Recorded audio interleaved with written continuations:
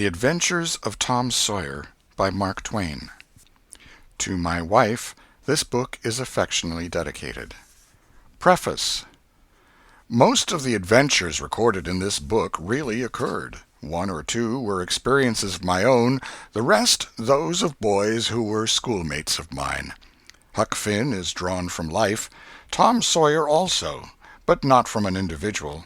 He is a combination of the characteristics of three boys whom I knew, and therefore belongs to the composite order of architecture. The odd superstitions touched upon were all prevalent among children and slaves in the West at the period of this story, that is to say 30 or 40 years ago. Although my book is intended mainly for the entertainment of boys and girls, I hope it will not be shunned by men and women on that account, for part of my plan has been to try to pleasantly remind adults of what they once were themselves, and of how they felt and thought and talked, and what queer enterprises they sometimes engaged in. The author. Hartford, 1876. Chapter 1. Tom. No answer. Tom. No answer. What's gone with that boy, I wonder? You, Tom! No answer. The old lady pulled her spectacles down and looked over them about the room. Then she put them up and looked out under them. She seldom or never looked through them for so small a thing as a boy. They were her state pair, the pride of her heart, and were built for style, not service. She could have seen through a pair of stove lids just as well. She looked perplexed for a moment, and then said, not fiercely, but still loud enough for the furniture to hear, "Well, I lay if I get hold of you, I'll—" She did not finish, for by this time she was bending down and punching under the bed with a broom, and so she needed breath to punctuate the punches with. She resurrected nothing but the cat. "I never see the beat of that boy." She went to the open door and stood in it, and looked out among the tomato vines and jimpson weeds that constituted the garden. No Tom. So she lifted up her voice at an angle calculated for distance, and shouted, "You, Tom!" There was a slight noise behind her, and she turned just in time to seize a small boy by the slack of his roundabout and arrest his flight. "There! I might 'a' thought of that closet. What you been doing in there?" "Nothing." "Nothing? Look at your hands, and look at your mouth. What is that truck?" "I don't know, Aunt." "Well, I know. It's jam, that's what it is. 40 times I've said if you didn't let that jam alone I'll skin you. Hand me that switch." The switch hovered in the air. The peril was desperate. "My, look behind you, Aunt!" The old lady whirled round and snatched her skirts out of danger. The lad fled on the instant, scrambled up the high board fence, and disappeared over it. His Aunt Polly stood surprised a moment, and then broke into a gentle laugh. "Hang that boy! Can't I never learn anything? Ain't he played me tricks enough like that for me to be looking out for him by this time? But old fools is the biggest fools there is. Can't learn an old dog new tricks, as the saying is. But my goodness, he never plays them alike 2 days, and how is a body to know what's coming? He 'pears to know just how long he can torment me before I get my dander up, and he knows if he can make out to put me off for a minute or make me laugh, it's all down again and I can't hit him a lick. I ain't doing my duty by that boy, and that's the Lord's truth, goodness knows. Spare the rod and smile the child, as the good book says. I'm a laying up sin and suffering for us both, I know. He's full of the old scratch, but laws o' me, he's my own dead sister's boy, poor thing, and I ain't got the heart to lash him somehow. Every time I let him off my conscience does hurt me so, and every time I hit him my old heart most breaks. Well, well, a man that is born of a woman is of few days and full of trouble, as the Scripture says, and I reckon it's so. He'll play hooky this evening. That's southwestern for afternoon. And I'll just be obleeged to make him work tomorrow to punish him. It's mighty hard to make him work Saturdays when all the boys is having holiday, but he hates work more than he hates anything else, and I've got to do some of my duty by him, or I'll be the ruination of the child." Tom did play hooky, and he had a very good time. He got back home barely in season to help Jim, The small colored boy saw next day's wood and split the kindling before supper. At least he was there in time to tell his adventures to Jim, while Jim did three-fourths of the work. Tom's younger brother, or rather half-brother, Sid, was already through with his part of the work, picking up chips, for he was a quiet boy and had no adventurous, troublesome ways. While Tom was eating his supper and stealing sugar as opportunity offered, Aunt Polly asked him questions that were full of guile and very deep, for she wanted to trap him into damaging revealments. Like many other simple-hearted souls, it was her pet vanity to believe she was endowed with a talent for dark and mysterious diplomacy, and she loved to contemplate her most transparent devices as marvels of low cunning. Said she, "Tom, it was middling warm in school, wasn't it?" "Yes'm." "Powerful warm, wasn't it?" "Yes'm." "Didn't you want to go in a-swimming, Tom?" A bit of a scare shot through Tom, a touch of uncomfortable suspicion. He searched Aunt Polly's face, but it told him nothing. So he said, "No'm, well, not very much." The old lady reached out her hand and felt Tom's shirt and said, "But you ain't too warm now, though." And it flattered her to reflect that she had discovered that the shirt was dry without anybody knowing that was what she had in her mind. But in spite of her, Tom knew where the wind lay now, so he forestalled what might be the next move. "Some of us pumped on our heads. Mine's damp yet, see?" Aunt Polly was vexed to think she had overlooked that bit of circumstantial evidence and missed a trick. Then she had a new inspiration. "Tom, you didn't have to undo your shirt collar where I sewed it, to pump on your head, did you? Unbutton your jacket." The trouble vanished out of Tom's face. He opened his jacket. His shirt collar was securely sewed. "Bother! Well, go 'long with you. I'd made sure you'd played hooky and been a-swimming, but I forgive you, Tom. I reckon you're a kind of singed cat, as the saying is, better'n you look, this time." She was half sorry her sagacity had miscarried, and half glad that Tom had stumbled into obedient conduct for once. But Sidney said, "Well, now if I didn't think you sewed his collar with white thread, but it's black." "Why, I did sew it with white, Tom." But Tom did not wait for the rest. As he went out the door, he said, "Siddy, I'll lick you for that." In a safe place, Tom examined two large needles, which were thrust into the lapels of his jacket, and had thread bound about them. One needle carried white thread, and the other black. He said, "She'd never noticed if it hadn't been for Sid. Confound it! Sometimes she sews it with white, and sometimes she sews it with black. I wish to Jiminy she'd stick to one or t'other. I can't keep the run of 'em. But I bet I'll learn Sid for that. I'll learn him." He was not the model boy of the village. He knew the model boy very well, though, and loathed him. Within 2 minutes, or even less, he had forgotten all his troubles. Not because his troubles were one whit less heavy and bitter to him than a man's are to a man, but because a new and powerful interest bore them down and drove them out of his mind for the time, just as men's misfortunes are forgotten in the excitement of new enterprises. This new interest was a valued novelty in whistling, which he had just acquired from a negro, and he was suffering to practice it undisturbed. It consisted in a peculiar bird-like turn, a sort of liquid warble, produced by touching the tongue to the roof of the mouth at short intervals in the midst of the music. The reader probably remembers how to do it, if he has ever been a boy. Diligence and attention soon gave him the knack of it, and he strode down the street with his mouth full of harmony and his soul full of gratitude. He felt much as an astronomer feels who has discovered a new planet. No doubt, as far as strong, deep, unalloyed pleasure is concerned, the advantage was with the boy, not the astronomer. The summer evenings were long. It was not dark yet. Presently Tom checked his whistle. A stranger was before him, a boy a shade larger than himself. A newcomer of any age or either sex was an impressive curiosity in the poor little shabby village of St. Petersburg. This boy was well dressed, too, well dressed on a weekday. This was simply astounding. His cap was a dainty thing, his close-buttoned blue cloth roundabout was new and natty, and so were his pantaloons. He had shoes on, and it was only Friday. He even wore a necktie, a bright bit of ribbon. He had a citified air about him that ate into Tom's vitals. The more Tom stared at the splendid marvel, the higher he turned up his nose at his finery and the shabbier and shabbier his own outfit seemed to him to grow. Neither boy spoke. If one moved, the other moved, but only sidewise, in a circle. They kept face to face and eye to eye all the time. Finally Tom said, "I can lick you."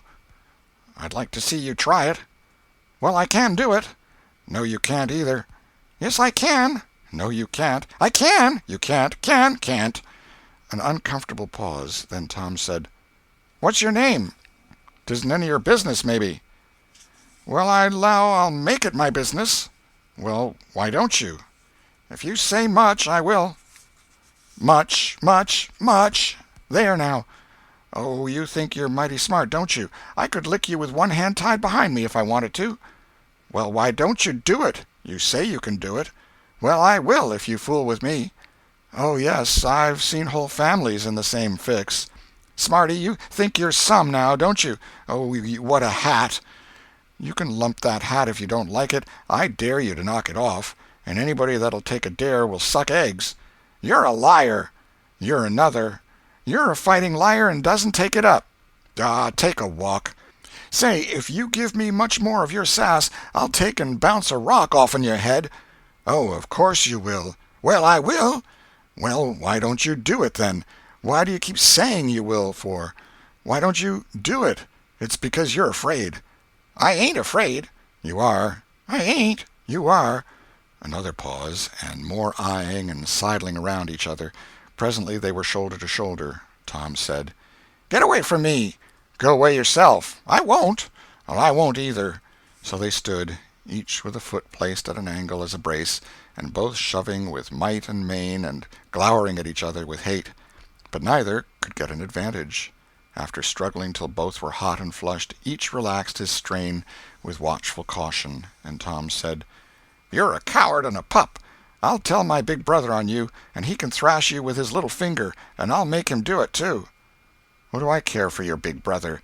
I've got a brother that's bigger than he is, and what's more, he can throw him over that fence, too." Both brothers were imaginary. "That's a lie." "Your saying so doesn't make it so." Tom drew a line in the dust with his big toe and said, "I dare you to step over that, and I'll lick you till you can't stand up. Anybody that'll take a dare will steal sheep." The new boy stepped over promptly and said, "Now you said you'd do it. Now let's see you do it." "Don't you crowd me, now. You better look out." "Well, you said you'd do it. Why don't you do it?" "By jingo, for 2 cents I will do it." The new boy took 2 broad coppers out of his pocket and held them out with derision. Tom struck them to the ground. In an instant both boys were rolling and tumbling in the dirt, gripped together like cats, and for the space of a minute they tugged and tore at each other's hair and clothes, punched and scratched each other's noses, and covered themselves with dust and glory. Presently the confusion took form, and through the fog of battle Tom appeared, seated astride the new boy, and pounding him with his fists. "Holler 'nuff," said he. The boy only struggled to free himself. He was crying, mainly from rage. "Holler 'nuff," and the pounding went on.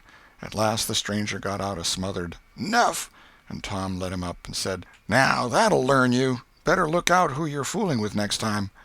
The new boy went off brushing the dust from his clothes, sobbing, snuffling, and occasionally looking back and shaking his head and threatening what he would do to Tom the next time he caught him out, to which Tom responded with jeers and started off in a high feather, and as soon as his back was turned the new boy snatched up a stone, threw it, and hit him between the shoulders, and then turned tail and ran like an antelope. Tom chased the traitor home, and thus found out where he lived.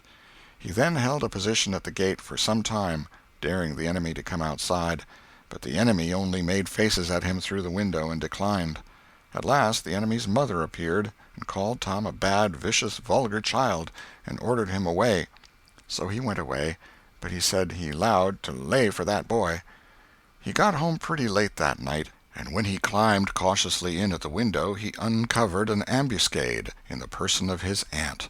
And when she saw the state his clothes were in, her resolution to turn his Saturday holiday into captivity at hard labor became adamantine in its firmness. Chapter 2. The Glorious Whitewasher. Saturday morning was come, and all the summer world was bright and fresh and brimming with life. There was a song in every heart, and if the heart was young, the music issued at the lips. There was cheer in every face, and a spring in every step.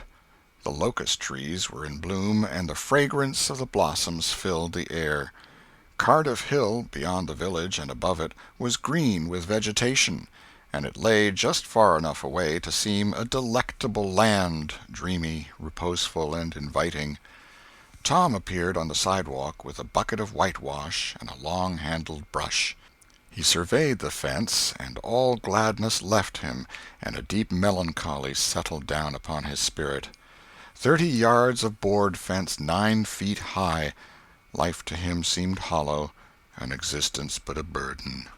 Sighing, he dipped his brush and passed it along the topmost plank, repeated the operation, did it again, compared the insignificant whitewashed streak with the far-reaching continent of unwhitewashed fence, and sat down on a tree-box discouraged. Jim came skipping out at the gate with a tin pail and singing "Buffalo Gals." Bringing water from the town pump had always been hateful work in Tom's eyes before, but now it did not strike him so. He remembered that there was company at the pump. White, mulatto, and negro boys and girls were always there waiting their turns, resting, trading playthings, quarreling, fighting, skylarking.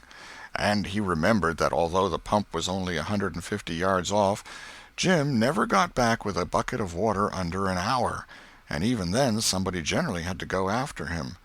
Tom said, "Say, Jim, I'll fetch the water if you'll whitewash some."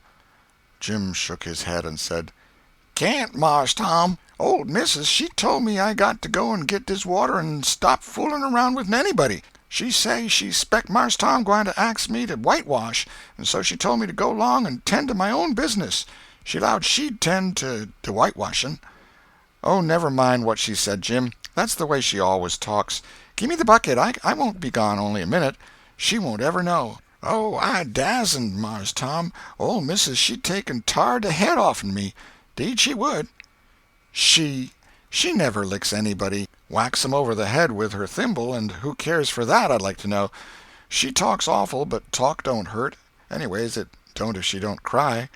Jim, I'll give you a marvel. I'll give you a white alley." Jim began to waver. "White alley, Jim, and it's a bully taw." "My, that's a mighty gay marvel, I tell you. But, Mars Tom, I's powerful 'fraid of ole missus. And besides, if you will, I'll show you my sore toe." Jim was only human. This attraction was too much for him. He put down his pail, took the white alley, and bent over the toe with absorbing interest while the bandage was being unwound. In another moment he was flying down the street with his pail and a tingling rear. Tom was whitewashing with vigor, and Aunt Polly was retiring from the field with a slipper in her hand and triumph in her eye. But Tom's energy did not last. He began to think of the fun he had planned for this day, and his sorrows multiplied. Soon the free boys would come tripping along on all sorts of delicious expeditions, and they would make a world of fun of him for having to work. The very thought of it burnt him like fire. He got out his worldly wealth and examined it. Bits of toys, marbles, and trash. Enough to buy an exchange of work, maybe, but not half enough to buy so much as half an hour of pure freedom. So he returned his straitened means to his pocket and gave up the idea of trying to buy the boys. At this dark and hopeless moment an inspiration burst upon him, nothing less than a great, magnificent inspiration. He took up his brush and went tranquilly to work. Ben Rogers hove in sight presently, the very boy of all boys, whose ridicule he had been dreading. Ben's gait was the hop, skip, and jump, proof enough that his heart was light and his anticipations high. He was eating an apple, and giving a long, melodious whoop at intervals, followed by a deep-toned ding-dong-dong, ding-dong-dong, for he was personating a steamboat. As he drew near, he slackened speed, took the middle of the road, leaned far over to starboard, and rounded to, ponderously and with laborious pomp and circumstance, for he was personating the Big Missouri, and considered himself to be drawing 9 feet of water. He was boat and captain and engine bells combined, so he had to imagine himself standing on his own hurricane deck giving the orders and executing them. "Stop her, sir! Ting-a-ling-ling. The headway ran almost out, and he drew up slowly towards the sidewalk. Ship up to back. Ting-a-ling-ling. His arms straightened and stiffened down his sides. Set her back on the starboard. Ting-a-ling-a-ling. Chow! Chow! Chow! Chow! His right hand, meantime, described stately circles, for it was representing a 40-foot wheel. Let her go back on the larboard. Ting-a-ling-a-ling. Chow! Chow! Chow! The left hand began to describe circles. Stop the starboard. Ting-a-ling-ling. Stop the larboard. Come ahead on the starboard. Stop her. Let her outside. Turn her over slow. Ting-a-ling. Chow! Chow! Chow! Get out that headline. Lively now. Come out of there with your spring line. What are you about there? Take up a turn in that stump with the bright of it. Stand by that stage. Now let her go. Done with the engine, sir. Ting-a-ling-ling. Sht! Sht! Sht!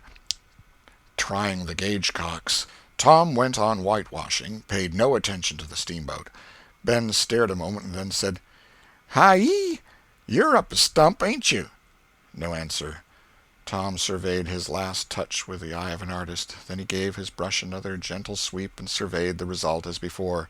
Ben ranged up alongside of him. Tom's mouth watered for the apple, but he stuck to his work. Ben said, Hello, old chap. You got to work, hey? Tom wheeled suddenly and said, Why, it's you, Ben. I weren't noticing. Say, I'm going in a swimming. I am. Don't you wish you could? But of course you'd rather work, wouldn't you? Course you would. Tom contemplated the boy a bit and said, What do you call work? Why, ain't that work? Tom resumed his whitewashing and answered carelessly, Well, maybe it is and maybe it ain't. All I know is it suits Tom Sawyer. Oh, come now, you don't mean to let on that like you like that. The brush continued to move. Like it? Well, I don't see why I oughtn't to like it.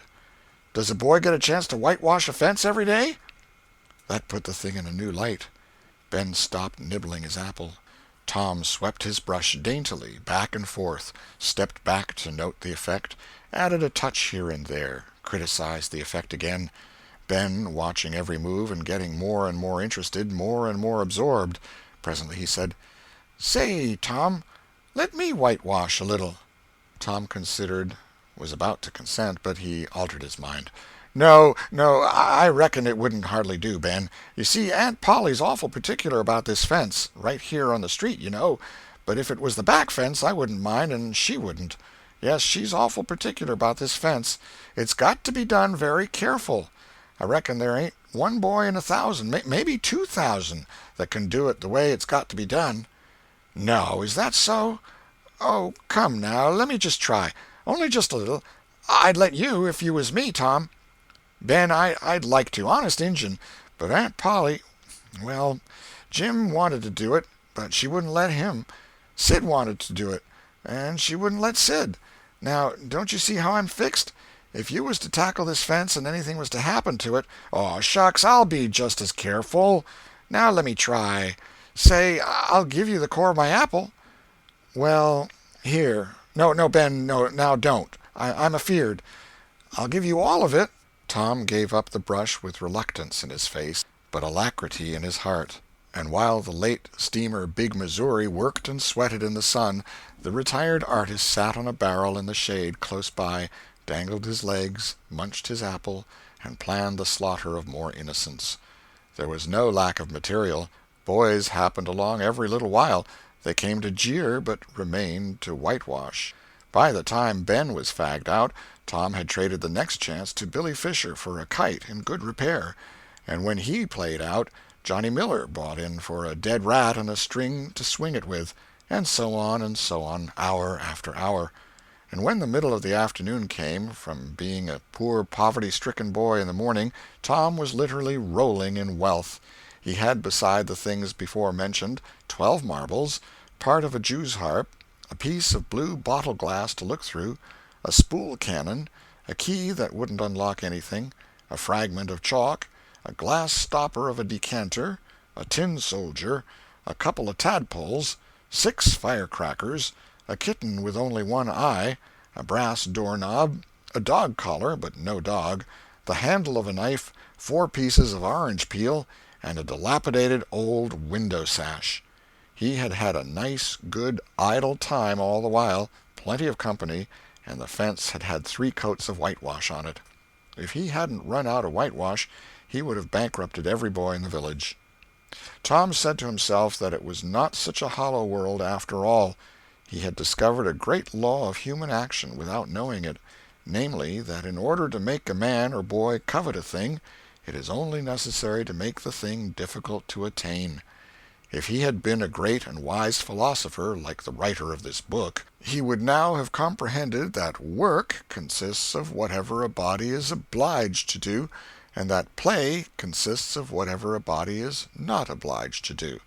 And this would help him to understand why constructing artificial flowers or performing on a treadmill is work, while rolling 10-pins or climbing Mont Blanc is only amusement.